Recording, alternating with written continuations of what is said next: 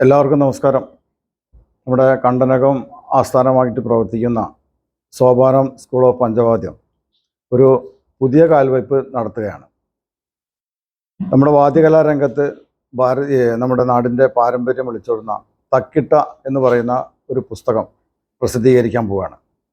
ആ പുസ്തകത്തിൽ കഴിഞ്ഞ 4 നൂറ്റാണ്ടായിട്ടുള്ള മൺമറഞ്ഞു പോയ വലിയ വലിയ മഹാരഥന്മാരായ വാദ്യ കലാകാരന്മാരെ കുറിച്ചും അവരുടെ ജീവചരിത്രത്തെക്കുറിച്ചും അതുപോലെ തന്നെ അവരുപയോഗിക്കുന്ന വാദ്യങ്ങളെ നിർമ്മാണത്തെക്കുറിച്ചും ഒക്കെ വിശദമായിട്ട് പ്രതിപാദിക്കുന്നുണ്ട്.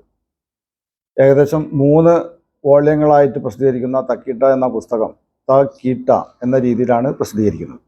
അത് A4 വലിപ്പമുള്ള ഏകദേശം 2000-ൽ പരം പേജുകളാണ് അതിലുള്ളത്.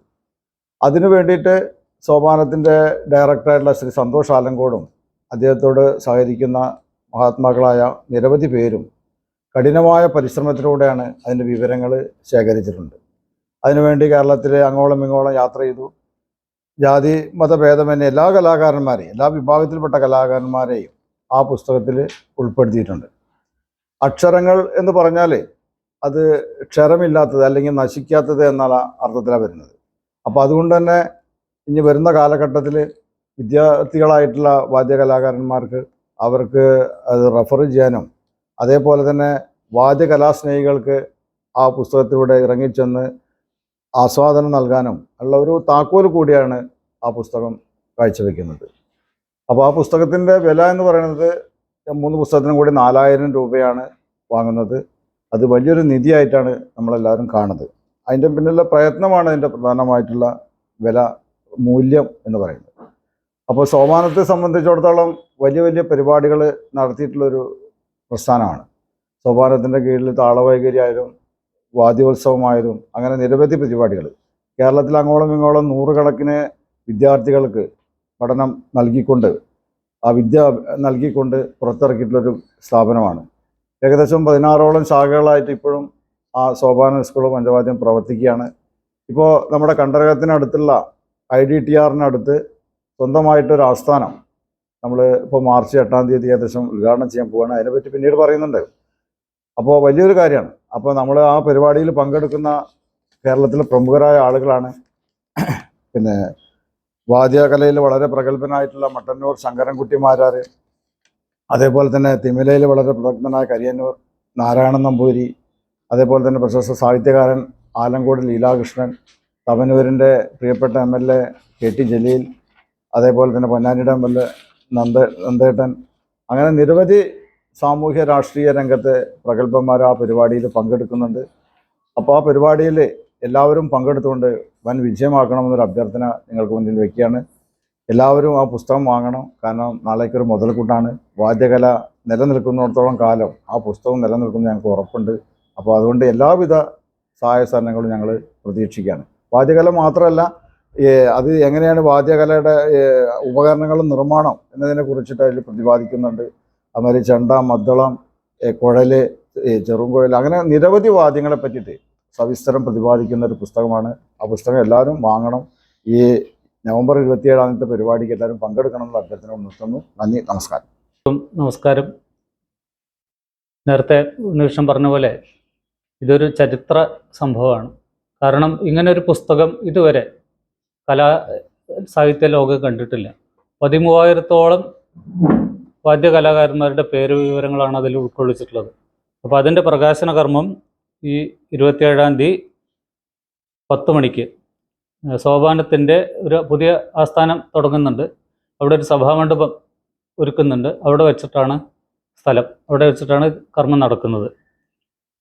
ഇതിൽ അധ്യക്ഷം വഹിക്കുന്നത് നമ്മുടെ പത്മശ്രീ മട്ടന്നൂർ ശങ്കരൻകുട്ടിമാരാരാണ്.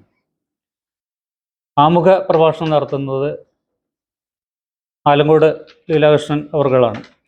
കൂടാതെ ഉദ്ഘാടന കർമ്മം KT ജലീലും മുഖ്യപ്രഭാഷണം നന്ദകുമാർ, 2 തവനൂർ പൊന്നാനി മണ്ഡലത്തിലെ MLA-മാരാണ് നിർവഹിക്കുന്നത്. പിന്നെ കൂടാതെ കലാസാഹിത്യ രംഗത്ത് പ്രശസ്തരായ കരിയന്നൂർ നാരായണ നമ്പൂതിരി, അതുപോലെ തന്നെ നമ്മുടെ ഗുരുനാഥൻ ചാത്തനാത്ത് അച്ചുണ്ണി മാഷ്,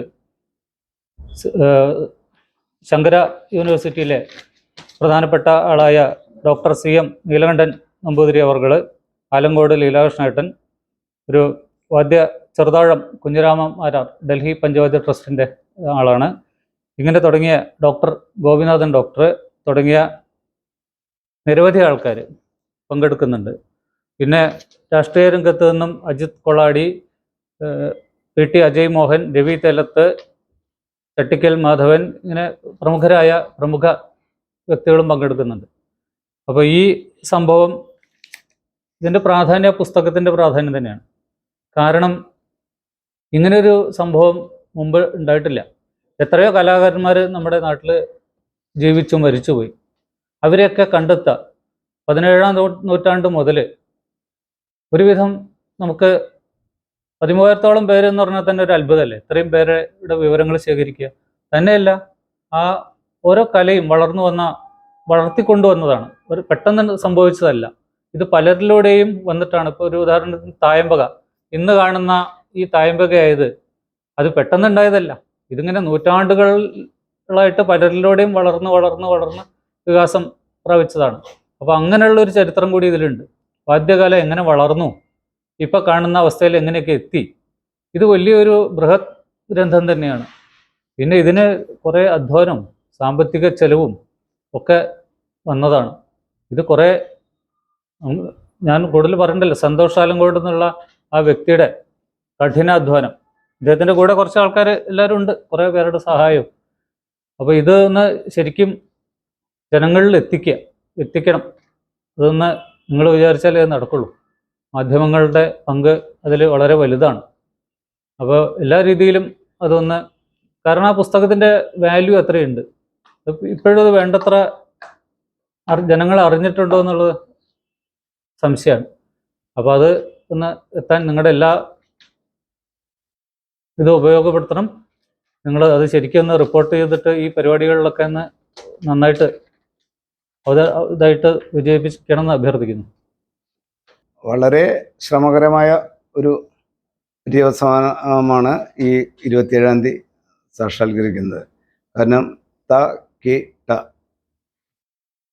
എന്ന് പറഞ്ഞ ഒരു ബുക്ക് ഈ 13,000-ഓളം കലാകാരന്മാരുടെ വാദ്യകലാകാരന്മാരെ കോർത്തിണക്കിക്കൊണ്ടുള്ള ഒരു പുസ്തക പ്രകാശനമാണ് നടക്കാൻ പോകുന്നത്. എല്ലാം ഒരു കുടക്കീഴിൽ എന്ന് പറഞ്ഞ പോലെ എന്താ പറയുക, ഈ വാദ്യ നിർമ്മാണം അടക്കം അവിടെ ഉണ്ട്. എല്ലാവിധ പഞ്ചവാദ്യ ഉപകരണങ്ങൾ, ചെണ്ട, അതുപോലെ തന്നെ ഇടയ്ക്ക് എല്ലാ വാദ്യ ഉപകരണങ്ങളും റിപ്പയറും എല്ലാ സംഭവങ്ങളും ഈ സോപാനം സ്കൂൾ ഓഫ് പഞ്ചവാദ്യത്തിലുണ്ട്. അപ്പോൾ അതൊരു എല്ലാവർക്കും നല്ല പ്രചരണം കൊടുത്ത് അതൊരു വലിയൊരു വിഷയമാക്കി തരണമെന്ന് മാത്രമാണ് അഭ്യർത്ഥിക്കുന്നത്. പുസ്തക പ്രകാശനത്തെക്കുറിച്ചും അതുപോലെ കാര്യപരിപാടികളെക്കുറിച്ചും ഒക്കെ അവിടെ പറഞ്ഞു. എനിക്ക് പറയാനുള്ളത് ഈ പുസ്തകത്തിൻ്റെ പ്രചരണത്തിന് വേണ്ടിയിട്ട്, അല്ലെങ്കിൽ ഇത് ജനങ്ങളിൽ എത്തിക്കാൻ വേണ്ടിയിട്ട്, അല്ലെങ്കിൽ സമൂഹത്തിലെത്തിച്ച് ആ സമൂഹത്തിനെ കലയിലൂടെ എങ്ങനെയാണ് ഒരു നല്ല സമൂഹം വാർത്തെടുക്കുക എന്നതിനെക്കുറിച്ച് എല്ലാവരും ചിന്തിക്കേണ്ടതുണ്ട്. അതിൻ്റെ ഭാഗഭാക്കാവാൻ നമുക്കെല്ലാവർക്കും കഴിയണം. അതിന് നിങ്ങളുടെ മാധ്യമങ്ങളുടെ ഒരു പങ്ക് വളരെ വലുതാണ്. അപ്പോൾ അതുകൊണ്ട് നിങ്ങളതിന് വളരെയധികം സഹകരിക്കണം. അതിൻ്റെ പ്രചരണം നല്ല രീതിയിൽ നടക്കണം എന്ന് മാത്രം പറഞ്ഞുകൊണ്ട് നിർത്തുന്നു.